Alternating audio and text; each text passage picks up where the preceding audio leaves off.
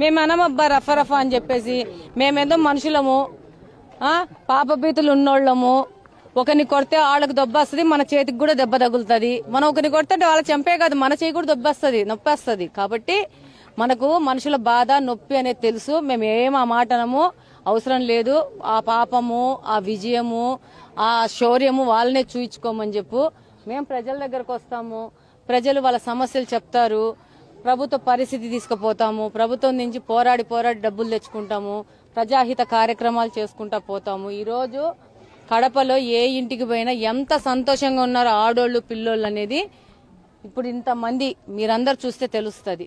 ఈ యొక్క ప్రభుత్వం మారిపోయి కూటమి ప్రభుత్వం ఏర్పడి చంద్రబాబు నాయుడు మరి ముఖ్యమంత్రి అవడం వల్ల ప్రజలు ఎంత సంతోషంగా గుండెల మీద చేపెట్టుకుని నింపాదిగా నిద్రపోతా ఉంటారు. అది సరిపోతా లేదని చెప్పేసి జనాలు నిద్రపోతున్నారని ఇదిగో మీరు చెప్పిన డైలాగ్ ఉంది కదా, ఆ డైలాగ్ మాట్లాడే ఇంట్రెస్ట్ కూడా నాకు లేదు. I'm sorry. ఏదో ప్రజలు అవకాశం ఇచ్చినారు, అవకాశాన్ని సద్వినియోగపరుచుకుంటూ ప్రజలకు ఎంత కుదిరితే అంత, కుదిరిన దానికంటే ఎక్కువ కష్టపడి పనిచేయడానికి ముందుకు వస్తాం తప్పితే వాళ్ళ మీద కామెంట్ చేసేది కూడా ఏం లేదు.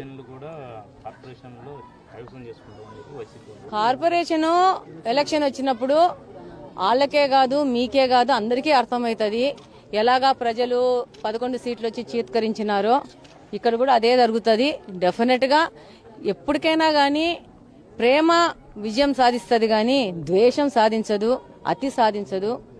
అది నిరూపమే. ఈ రోజు 2024లో చంద్రబాబు నాయుడిని 164 సీట్లతో గెలిపించేసి మాకు శాంతియుతమైన, సురక్షితమైన, అభివృద్ధికరమైన ఆంధ్రప్రదేశ్ కావాలా అని చెప్పేసి ఇక్కడ మార్పు కావాలా, ఈ యొక్క రౌడీజము మాకు వద్దు అని చెప్పి కడపలో కూడా ఒక చారిత్రాత్మకమైన తీర్పు ఇచ్చారు. వాళ్ళు ఇచ్చిన తీర్పు ప్రకారం వాళ్ళకి ఆశల అనుగుణంగా మా సాయశక్తులా పనిచేసేసి కడప ప్రజలకు సేవ చేస్తాం.